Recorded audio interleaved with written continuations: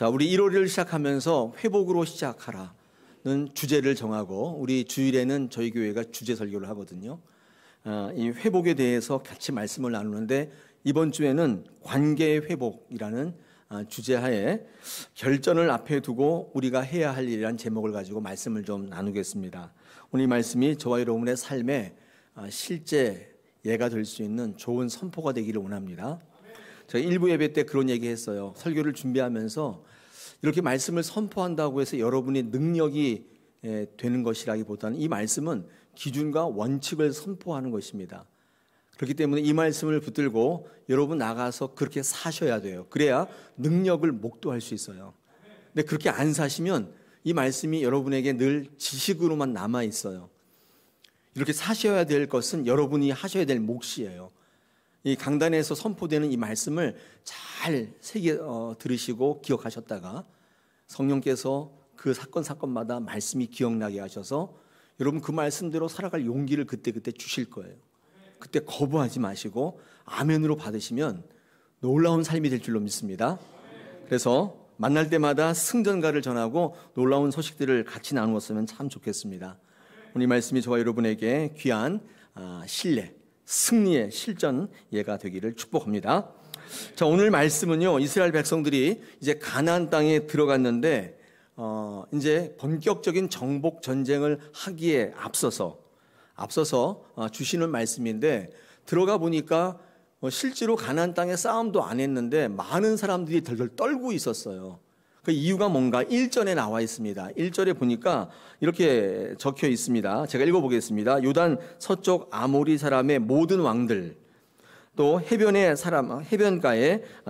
가나안 사람들의 모든 왕들, 그들이 여호와께서 요단 물을 이스라엘 자손들 앞에서 말리시고 우리를 건너게 하셨음을 듣고 마음이 녹았고 이스라엘 자손 때문에 정신을 잃었다, 이렇게 되어 있습니다.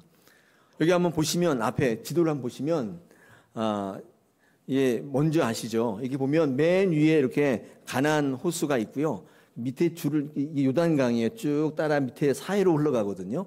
이 요단강을 중심으로 이쪽이 요단 동편, 이쪽이 요단 서편입니다. 요단 서편이 하나님이 약속한 가나안 땅이고 요단 동편은 이방 땅이에요. 근데 이 이 요단강을 중심으로 유명한 강 4개가 이렇게 발현하고 있는데 맨 밑에 있는 게 세렛강이고 그 위에 있는 게 아르논강, 그 다음에 위에 있는 게 약복강, 잘 알고 계시죠? 그 다음에 맨 위에 있는 강이 이제 아르묵강이라고 아마 성경에서 읽으신 분들이 있을 텐데 이런 강들이 요단강에서 이렇게 발현해서 나옵니다. 이 강들을 중심으로 맨 밑에가 모압, 중간이 암몬, 그 다음에 위쪽에 이 헤스본 왕국과 바산 왕국이 아모리 족속입니다. 근데 이 갈릴리 호수 지역이 굉장히 비옥해요. 골란 공원이 있는 쪽인데 이 헤스본 왕국과 이 바산 왕국은 이 비옥한 지대를 장악하고 있는 이방 족속인데, 가나안 족속인데 힘이 엄청나게 세겠죠. 그러니까 가장 강력한 부족이에요. 아모리 족속인데.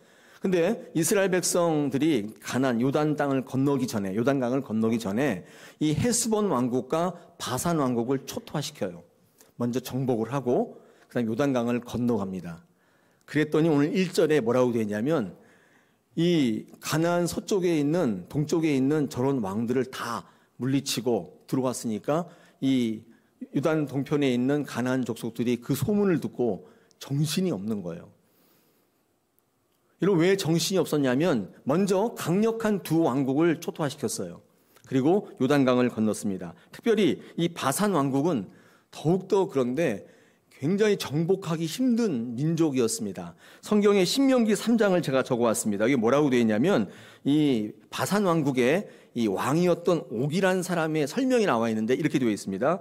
르바임 족속의 남은 자는 바산 왕 옥뿐이었으며 그의 침상은 철침상이라. 침대가 철침상이에요. 아직도 암몬 족속의 라빠에 있지 아니하냐? 그것을 사람의 보통 규빗으로 재면 그 길이가 9규빗이요 너비가 4규빗이다. 지금 이 바산 왕국의 왕이라고 하는 사람 옥의 침상을 설명하고 있는데 길이가 9규빗이래요. 1규빗이 얼마냐면 요거예요. 여기서부터 여기까지가 1규빗이거든요.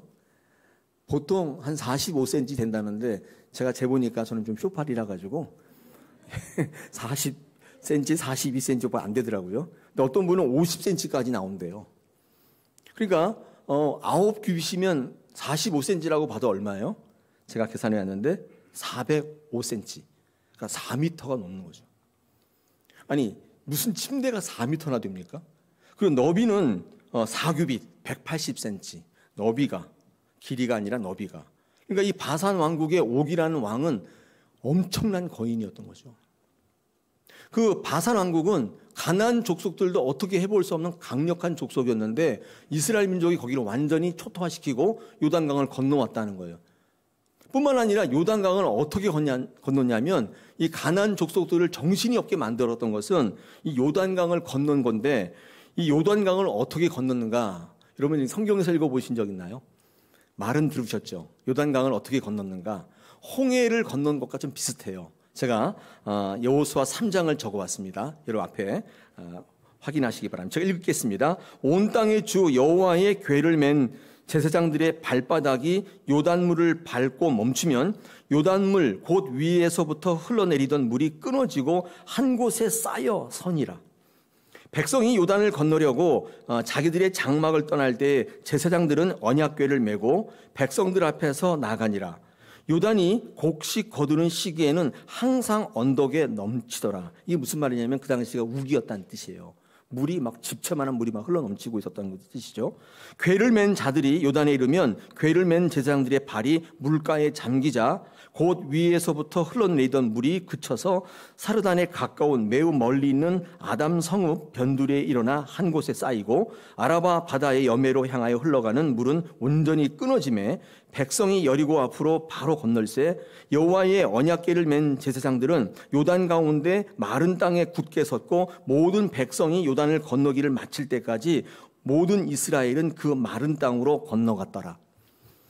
그 집채만한 물이 막 그냥 모든 것을 삼킬 것처럼 막 솟구치는데 이 언약궤를 맨 제사장들이 발을 물에 딱 닿자마자 물이 딱 멈추면서 물이 막 쌓였대요. 성경의 표현이 그렇거든요.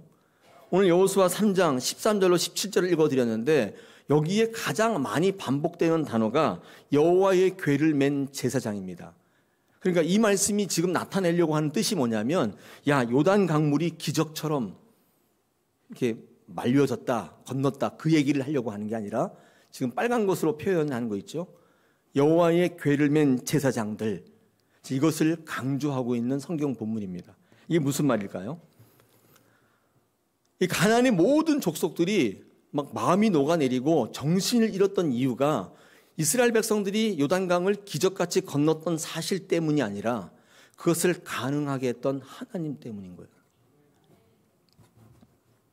그 기적이 놀라워서 막 정신이 없었던 게 아니라 엄격히 말하면 그 하나님 때문인데 그 모든 것을 딱 멈추고 쌓이게 하고 그냥 말려버리는 그 능력을 가지신 하나님 때문이죠.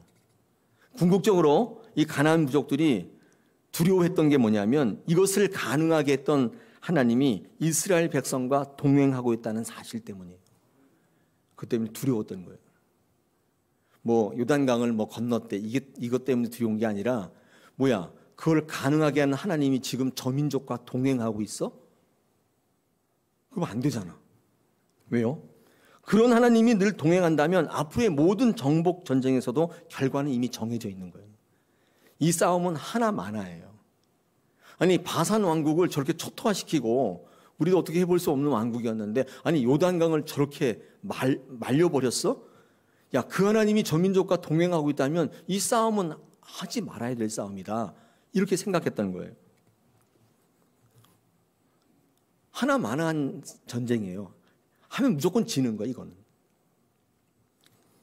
여러분, 그런데 제가 이렇게 설교하니까 어떤 분이 저한테 이렇게 질문하실 수가 있는데 제가 성경을 읽어보니까 이스라엘 백성들이 많이 지던데요. 그렇게 질문하는 분이 계실 수 있겠죠. 성경을 좀 읽어보신 분들은 뒤에 많이 지거든요. 여러분 그렇다면 꼭 들어보십시오. 만약에 저런 하나님이 동행하심에도 불구하고 이스라엘 백성들이 패배한다면 여러분 그것은 정말 패배한 게 아니에요. 패배케 하신 거예요. 여러분, 패배한다는 말과 패배케 하신다는 말은 전혀 다른 얘기예요. 패배했다는 말은 능력이 안 돼서 졌다는 뜻이고, 패배케 하셨다는 것은 능력은 되는데 그 어떤 이유 때문에 일부러 지게 하셨다는 뜻입니다. 다른 얘기죠. 다른 얘기예요. 완전히 다른 얘기예요. 하나님은 승리케도 하시고 패배케도 하시는 분이라는 뜻이에요. 그 하나님과 동행했는데도 졌다면 진 게 아니라니까요. 지게 하신 거예요. 이 사실을 이스라엘 백성들보다 가나안 부족들이 먼저 알았던 것 같습니다. 그러니까 정신을 잃어버린 거예요. 그 민족 때문에. 왜요? 희망이 없어요. 앞으로 일들이 막막해요. 이거는 하나만한 싸움인 거예요. 어떡하지? 우리의 삶의 터전을 다 빼앗길 텐데 어떡하지? 그러고 있으니까 당연히 정신이 가마득한 거죠. 이때 가나안 부족들이 가만히 있지 않겠죠. 그들이 살 길이 뭐냐면 딱 한 가지예요. 그 하나님과 동행하지 못하게 만드는 것입니다. 이스라엘 백성들을 어떻게 해볼 수가 없으니까 그들의 힘의 원천이 되는 요단강을 말려버린 그 하나님과 동행하고 있으면 안 되니까 그 하나님과 동행하지 못하도록 관계를 끊어놓는 것입니다. 이게 가나안 부족이 세운 전략이에요. 이것밖에는 살 길이 없어요. 하나님과 헤어지게 만들어야 돼요. 뭐 이간질을 하든지 무슨 헛소문을 퍼뜨리든지 간에 하나님과 떨어지게 만들어야 가나안 부족이 사는 거예요. 그냥 저들이 저렇게 계속 하나님과 동행하면 살 길이 없어요. 여러분, 가나안에 있는 저 부족들을요, 우리 성경에 보면 사단과 많이 비교합니다. 가나안 부족이 사탄이라는 거예요. 왜 그러냐면 이 사단의 전략과 가나안 부족의 전략이 똑같아요. 그게 뭐냐면 하나님과 떨어뜨려 놓으려는 전략이에요. 이게 가나안 부족의 전략이거든요. 그래야 자기들이 사는 거예요. 사단도 똑같습니다. 사단의 전략이 뭐냐면 여러분과 하나님을 띄워놓는 거예요. 이게 오로지 목표예요. 하나님과 동행하면 더 이상 그 사람을 어떻게 볼 수가 없어요. 여러분, 왜 가나안 땅에 있는 부족과 함께 살면 안 됩니까? 상생인데. 왜 안 됩니까? 그들은 하나님과 연합하려고 하지 않기 때문이에요. 하나님과의 관계를 끊어 놓으려고 해요. 하나님과 떨어지려고 하는 게 가나안 족속이에요. 여러분, 사단을 어떻게 정의하냐면 이런 거예요. 하나님과 관계를 멀리하는, 하나님과 친해지려고 하지 않는, 여러분 죄송한데 그 존재가 사탄이에요. 사탄은 하나님과 연합하려고 하지 않습니다. 자기와 연합해요. 하나님과 자꾸 떨어져요. 떨어지려고 해요. 그게 사탄입니다. 여러분, 하나님으로부터 연합되지 못하게 하는 그 어떤 것 한번 생각해 보세요. 어떤 게 있을까요? 그게 친구일 수도 있고, 그게 어떤 존재일 수도 있고, 심지어는 그게 부모일 수도 있어요. 하나님과 자꾸 떨어뜨려 놔요. 같이 가야 되는, 동행해야 되는데. 그러므로 지금 이 본문은요, 요단강을 건너서 하나님의 약속의 땅, 가나안 땅에 진입하기 직전에 주시는 말씀인데, 결전을 앞에 놓고 있는 그들에게 뭘 요구하시냐면 하나님과 동행하기를 요구하시는 겁니다. 하나님과 동행하면 살고 하나님과 떨어지면 죽는 거예요. 자, 하나님과 동행한다는 말이 좀 어려우시죠? 이걸 다른 표현으로 하면, 제가 조금 이해하기 쉬운 표현을 바꾸면, 하나님과 동행한다는 것은 하나님과 사이가 좋다는 뜻입니다. 하나님과 동행, 왜냐하면 사이가 좋지 않으면 동행이 힘들어요. 사이가 나쁜데 같이 가는 게 이게 얼마나 힘든지 아시죠? 사이가 안 좋은 사람끼리 여행하면 진짜 힘들어요. 제가 그래 본 적이 있어서 아는데. 그럼 제가 퀴즈 하나 낼까요? 세상에서 가장 빠른 기차가 어떤 기차인 줄 아세요? 1번 KTX, 2번 신칸센, 3번 떼제베. 떼제베요? 그럴까요? 예, 답은 친한 친구와 함께 탄 기차예요. 타자마자 목적지예요. 얼마나 시간이 빨리 가는지, 대화가 얼마나 즐거운지. 사이가 좋으니까 긴 거리가 짧게 단축이 돼요. 근데 사이가 안 좋은 사람끼리 동행하면 시간 진짜 안 가요. 얼마나 거북스럽고 얼마나 부담스러운지. 뭐 책을 읽어도 하루 종일 걸리고. 여러분, 하나님과 동행한다는 것은 하나님과 사이가 좋다는 뜻입니다. 여러분, 이 시간에 한번 여러분 떠올려 보십시오. 하나님과 사이가 어떠세요? 좋으세요? 옆집 맞으시세요? 하나님과 친밀해요? 친합니까? 그래서 어떤 말을 해도 하나님께서 다 받아주세요? 어떤 장난을 쳐도 에이 이렇게 받아주세요? 아니면 엄보레쳐 하세요? 하나님과의 관계를 한번 이 시간 떠올려 보십시오. 하나님과 동행하는 존재인지 아닌지를 여러분 스스로가 알게 될 거예요. 오늘 이 본문은요, 이 결전을 앞두고 있는 우리들에게 하나님의 관계를 점검하고 정상화하라, 오늘 이렇게 명령하는 것입니다. 오늘 하나님과의 관계가 회복되어지고 또 우리 이 험한 시대를 앞에놓고 우리가 어떻게 살아야 될지, 두 번째 말씀인데 하나님의 관계가 회복되어지는 놀라운 역사가 있기를 원합니다. 이 하나님의 관계를 회복하기 위해서 오늘 성경 말씀은요, 세 가지의 실천의 명령을 주십니다. 오늘 본문을 통해서 한번 같이 확인할 텐데 여러분 삶에서 한번 잘 실천하셔가지고 여러분의 신뢰를 갖게 되시기를 축복합니다. 첫 번째는 오늘 2절에 보니까 할례를 행하라, 이렇게 이스라엘 백성들에게 명령했는데 오늘 여러분들에게 명령하는 것입니다. 할례를 행하라. 이 할례를 행하라는 게 뭘까요?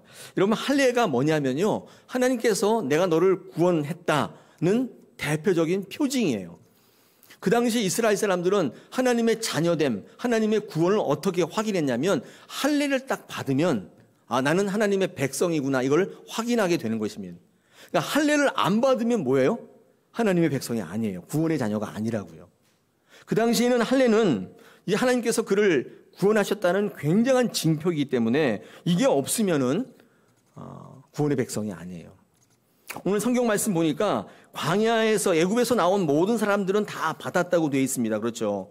근데 5절에 보니까 다 받았는데 애굽에서 나와서 광야길에서 난 사람은 할례를 안 받았다. 이유가 뭐냐면 길가인데 어떻게 하냐? 노중인데 어떻게 그 할례를 하냐? 이런 환경과 조건의 이유가 있었기 때문에 할례를 계속 유보해 왔어요. 그런데 이제 약속의 땅에 딱 들어갈 때 하나님께서 관계를 정상화할 때 제일 처음에 요구하는 게 뭐냐면 그 약속을 지키라는 것입니다. 할례를 행하라고 말씀합니다. 그 약속을 다시 끄집어내세요. 약속을 지키라는 것입니다. 이스라엘 백성들이 기쁘게 약속을 지켰는가? 그렇지 않습니다. 아니, 이거 다 커서 그거 어떻게 합니까? 그리고 이 길바닥에서 어떻게 합니까? 여러 가지 볼멘 소리가 있었겠죠. 여러분, 이스라엘 백성들이 할례의 약속을 지키기 힘들었는데 왜 지키기 힘들었는가를 보면 저와 여러분의 적용례가 좀 되는데, 첫째, 할례는요 고통입니다. 이 할례 여기 보니까 부싯돌로, 우리 3절에 보니까 뭐 마치 제가 있는 것도 아니고 부싯돌로 찍어가지고 이게 끊어내. 저는 못합니다. 저는 못해요.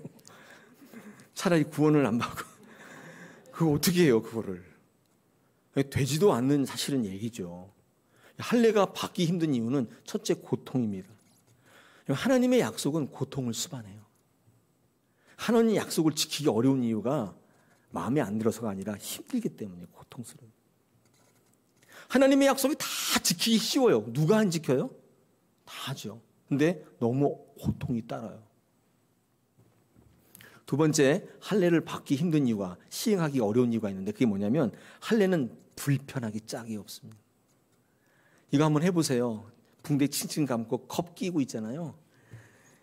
그거 어그저 다니면서 눕지도 못하고 엎드리지도 못하고 이제 일주일을 진짜 그렇게 살아요.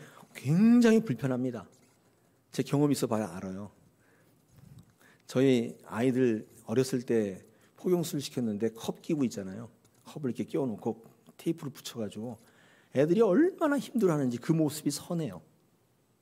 할례가 왜 힘드냐면 불편해요.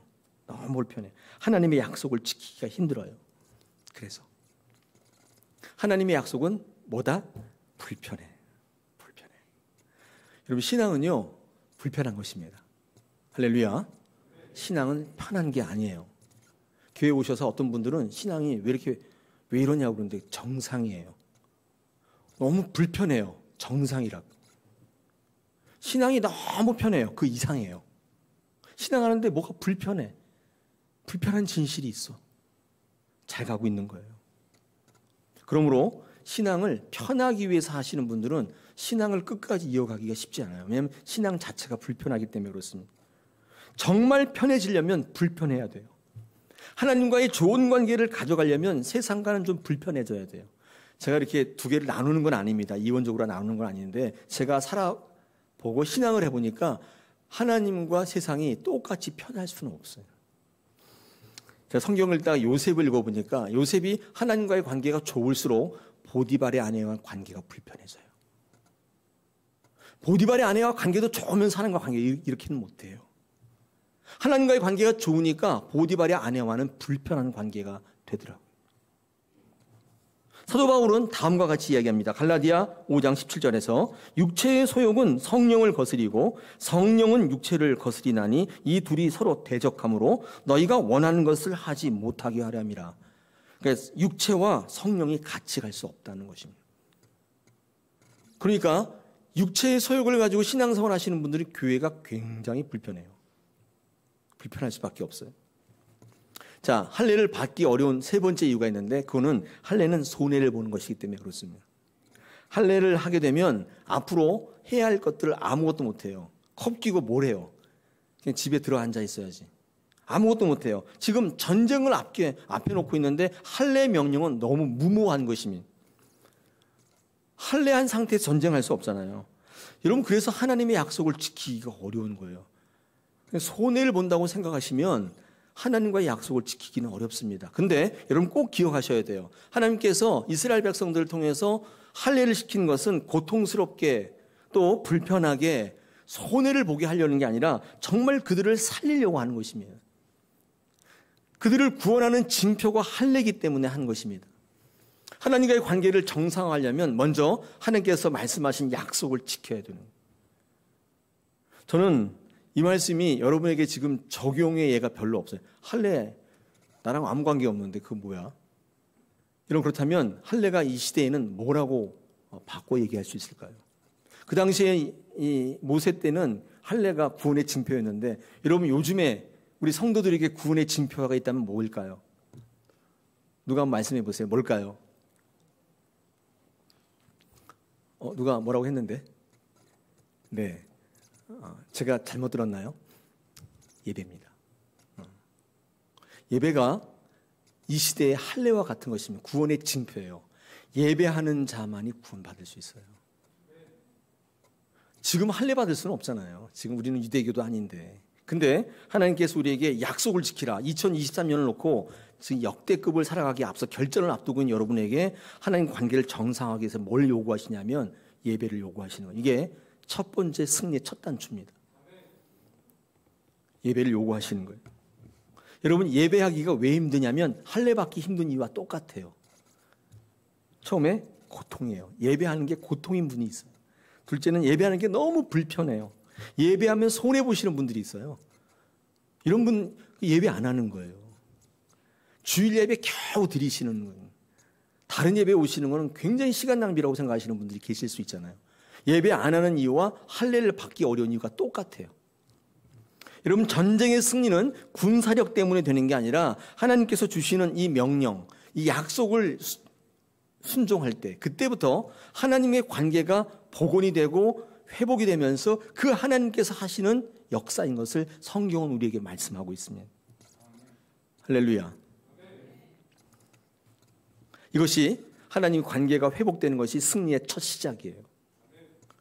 자, 할례를 행할 때 이스라엘 백성들에게 주시는 은혜가 있었는데 오늘 9절 보십시오. 9절 중반절에 보니까 오늘 애굽의 수치를 너희에게 떠나가게 하셨다. 이렇게 말씀합니다. 이 받기 어려운 할례를 시행했단 말이에요. 불편한데 고통인데 손해가 있는데도 불구하고 하나님의 약속을 지켰더니 어떤 유익이 있냐? 애굽의 수치를 떠나가게 하셨다. 여러분, 이때 애굽의 수치라는 게 뭐냐면 이런 거예요. 애굽의 수치는 애굽을 자꾸 의존하는 거. 이게 애굽의 수치예요. 애굽이라면 다 될 것 같이 생각하는 거 있잖아요. 그래서 애굽을 두려워하는 거 있잖아요. 이게 애굽의 수치인데 이 할례를 행할 때 이 수치들이 다 없어지게 만들었다는 거예요. 애굽을 두려워하는, 세상을 두려워하는 그 두려움을 싹 다 없애주신 거예요. 여러분, 예배하면 어떤 유익이 있냐면 두려움이 사라져요. 여기 산 증인 있잖아요. 예배하면 두려움이 없어져요. 진짜예요. 하나님의 말씀으로 채워지기 때문에 그렇습니다. 두려움이 없어져요. 근데 예배하지 않으면 모든 게 다 두려워요. 모든 게 다 두려워요. 예배한 것조차도 두려워요. 사랑하는 여러분, 오늘 하나님의 관계 회복의 첫 번째 단추는 할례를 행하라. 다시 말해서 예배를 회복하라고 말씀하십니다. 여러분 인생 가운데 2023년도에 예배를 잘 드리시는 여러분 되시기를 또다시 축복합니다. 두 번째 10절로 12절에 보니까 두 번째 명령이 있는데 유월절을 지키라. 오늘 보니까 유월절을 지키라고 되어 있습니다. 유월절도 우리와 연관이 좀 없어요. 적용성이 별로 없는데 이런 유월절에 대한 의미를 좀 아셔야 될 텐데 유월절이 뭐죠? 여러분 유월절은요, 여러분 알다시피 10가지 재앙 가운데에 마지막 재앙이 있잖아요. 마지막 재앙이 장자가 죽어나가는 재앙이죠. 이게 죽음의 사자가 그 집을 이렇게 뚫고 나가면 그 집에 있는 장자가 죽는 것입니다. 여러분 장자가 죽는 것은 모두가 죽는 거예요. 제가 어떤 책을 읽었는데 장자가 죽었으면 난 차자는 안 죽었네, 난 살았네. 그게 아니라 여러분 장자가 죽는다는 표현은 전체가 죽었다는 어떤 관용적 표현이라고 볼 수도 있어요. 그러니까 마지막 재앙이 뭐냐면 죽음의 사자가 그 집을 뚫고 갈 때 문설주와 임방에 어린 양의 피를 안 바르고 있으면 그 집은 모두가 죽는 거예요. 근데 그 죽음으로부터 구원받는 놀라운 역사가 뭐냐면 문설주와 임방에다가 어린 양의 피를 딱 바르고 있으면 돼요. 그러면 살아나는 거예요. 이런 문설주와 임방에 어린 양의 피를 바른 이 출애굽 당시의 그 사건 유월절은요, 신약의 예수님의 십자가를 의미하는 것입니다. 십자가, 예수님께서 피 흘려 돌아가는 그 십자가를 바라보고 붙잡기만 하면 누구나 사는 거예요. 여러분 이 유월절의 특징이 뭐냐면 문설주에 어린 양의 피가 발라져 있느냐 안 발라져 있느냐예요. 여러분 그 안에 있는 사람이 흉악범이냐 인격자 이게 아니에요. 그건 상관없어요. 그 어떤 집에 학문적으로도 뛰어나고 인격적으로도 고매한 분이 있었어요. 근데 문설주의 임방에 어린 양의 피가 없으면 관계없이 죽어요. 그런데 흉악범이에요. 전과 20범이에요. 근데 문설주와 임방에 어린 양의 피가 발라진 곳에 앉아 있으면 그는 사는 거예요. 그러므로 유월절의 의미는 뭐냐면 십자가의 신앙의 회복을 이야기하는 것입니다. 유월절을 지키라. 우리 유월절 지킬 수 없잖아요. 근데 이 십자가와 반대되는 개념이 뭐냐면 자기 능력이에요. 자기 인격이에요. 자기 경험이에요. 신앙을 그렇게 하려고 하시는 분이 있어요. 절대로 구원 못 받으면 십자가로만 받는 거예요. 여러분 하나님과의 관계가 정상화되려면 십자가 신앙으로 회복되셔야 돼요. 이렇게 어떻게 하려면 어떤 거든지 예수 중심으로 살아가셔야 돼요. 예수님이 말씀하셨던 거, 예수님이 우리에게 행하게 하신 거, 그분이 모범을 보이신 거 우리가 그대로 따라하면 예수님의 십자가의 삶을 이루는 가장 좋은 길이죠. 제가 목회하다 보니까 이 성도의 삶의 두 가지가 충돌을 하는데 그게 뭐냐면 자기 경험과 하나님의 말씀이 매일 충돌해요. 성경 교회 오시면요 설교 딱 들어보시면 어떻습니까? 저건 아닌데 그 생각 안 드세요? 저는 예전에 목사 되기 전에 목사님 설교 들으면서 그 생각 굉장히 많이 했어요. 저거는 목사가 현실을 몰라서 하는 얘기야. 저렇게 하면 망해. 저렇게 하면 아무도 승리 못해. 그 생각을 제가 했더랬어요. 아마 이 중에서도 그렇게 생각하시는 분이 많을 거예요. 근데 예수님의 뜻대로 산다는 건 뭐냐면 예수님의 방법으로 사는 것입니다. 굉장히 중요한 신앙의 갈림길에 서게 돼요. 그래서 교회에 오시면 예수님이 어떻게 하셨는지를 보고 배우시는 거예요. 이런 상태에서 예수님이 어떻게 하셨는지를 성경을 통해 확인하시는 거예요. 마음에 잘 담아 놓으셨다가 삶의 자리에 갔을 때 비슷한 상황이 나오면 어렵지만 힘들지만 그걸 기억해내서 예수님처럼 살아보시는 거예요. 그리고 어떤 일이 벌어지는지를 확인하는 게 이게 신앙입니다. 확실해요. 유월절을 지키라는 것은 십자가로 돌아가라는 뜻이에요. 여러분 예수님께서 구원을 이루시는 방법이 십자가였어요.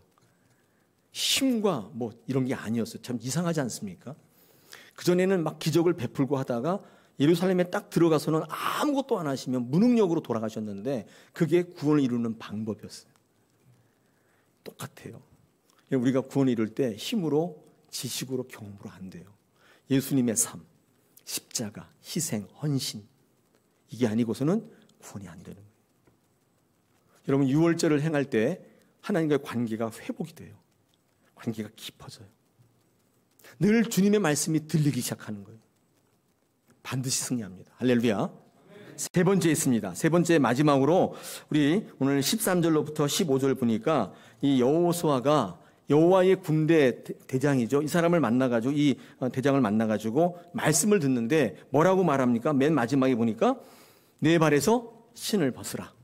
이런 명령을 듣게 되죠. 내 발에서 신을 벗으라는 뜻이 뭘까요? 저는요 이걸 이렇게 해석합니다. 사명을 다하라. 여러분 내 발에 신 기운 신은요 내가 가고자 하는 대로 가는 거예요. 근데 신을 딱 벗으면요 그때부터는 하나님이 인도하신 대로 사는 겁니다. 내 계획이 있고 내 뜻이 있어요. 여호수아 지금 전략이 있어요. 어떻게 하면 여리고성을 아이성을 무너뜨릴까 전략이 있지만 그거대로 하는 게 아니에요. 할례를 행하라면 하는 거죠. 하나님의 뜻대로 가기로 결정하는 거예요. 여러분 이게 신을 벗는 것입니다. 제가 성경을 읽다 보니까 신명기 25장에 보면 거기에 이 형제된 의무에 대한 규정이 있어요. 이게 무슨 말이냐면 형이 있는데 아들이 없이 형이 죽으면 그럼 형수를 위해서 형수와 합방을 해가지고 아이를 낳게 해줘요. 그래서 아들이 태어나면 그 아들의 지분을 가지고 그 여인이 살아가게 해주는 거예요. 이 형사취수제라고 하는데 유대법에 있어요. 근데 여러분 생각해 보세요. 여러분 같으면 하시겠어요? 하시겠어요? 굉장히 불편한 일입니다, 이거. 하려고 해도 이게 좀 남사스러워서 못할 것 같고, 그걸 어떻게 해요? 형수인데. 그래서 그 당시에도요, 이걸 피하는 사람들이 있었어요. 물론 뭐, 남사스러워서 그런 게 아니라, 이 형수가 아들을 낳게 되면 자기 지분이 줄거든요. 그래서 절대 합방 안 하고, 하는 척 하다가 말고, 이런 사람들이 굉장히 많았는데 신명기 25장 10절에 그런 사람을 뭐라고 말하냐면 신벗기운 자라고 돼 있어요. 신을 벗겼대요. 근데 오늘 15절 보십시오. 이 여호수아는 어떻게 했어요? 신을 벗겼나요? 여호와의 군대 대장이? 그게 아니라 신을 벗은 거예요. 다르죠. 그래서 형제 의무를 다하지 않으면 사람들이 가가지고 이런 못된 놈 그러면서 그 발에서 신을 딱 벗기우고요. 그 신발을 대문에다 딱 붙이면서 거기다 써붙였어요. 신 벗기운 자의 집.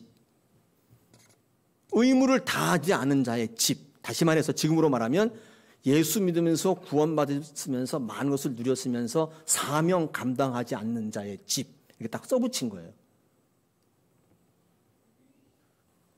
여호와의 군대 장관이 신을 벗으라. 이제부터는 너의 유익, 너의 갈 길로 가지 말고 하나님께서 인도하는 길로 가라고. 그게 관계를 정상화하는 세 번째 단추예요. 간단하죠? 오늘 이스라엘 백성들 지금 가나안에 들어가기 전에 지금 결전을 앞두고 있는 그들에게 하나님께서 관계 정상화를 위해 세 가지를 요청하셨어요. 첫째, 할례를 행하라. 예배를 회복하라는 거예요. 약속을 지키라. 너 나랑 약속하지 않았냐? 너 할례, 너 세례 받을 때 너 예배자로 서겠다고 약속, 손들고 선서하지 않았냐? 약속을 지키라. 두 번째, 유월절을 행하라. 십자가의 신앙으로 돌아가라. 실리, 합리 이런 것보다도 하나님 예수님이 하셨던 방법을 잘 읽어보고 그 말씀대로 행하는 것이다. 그게 관계가 깊어지는. 마지막, 사명을 감당하는 사람입니다. 신을 벗으라. 할렐루야.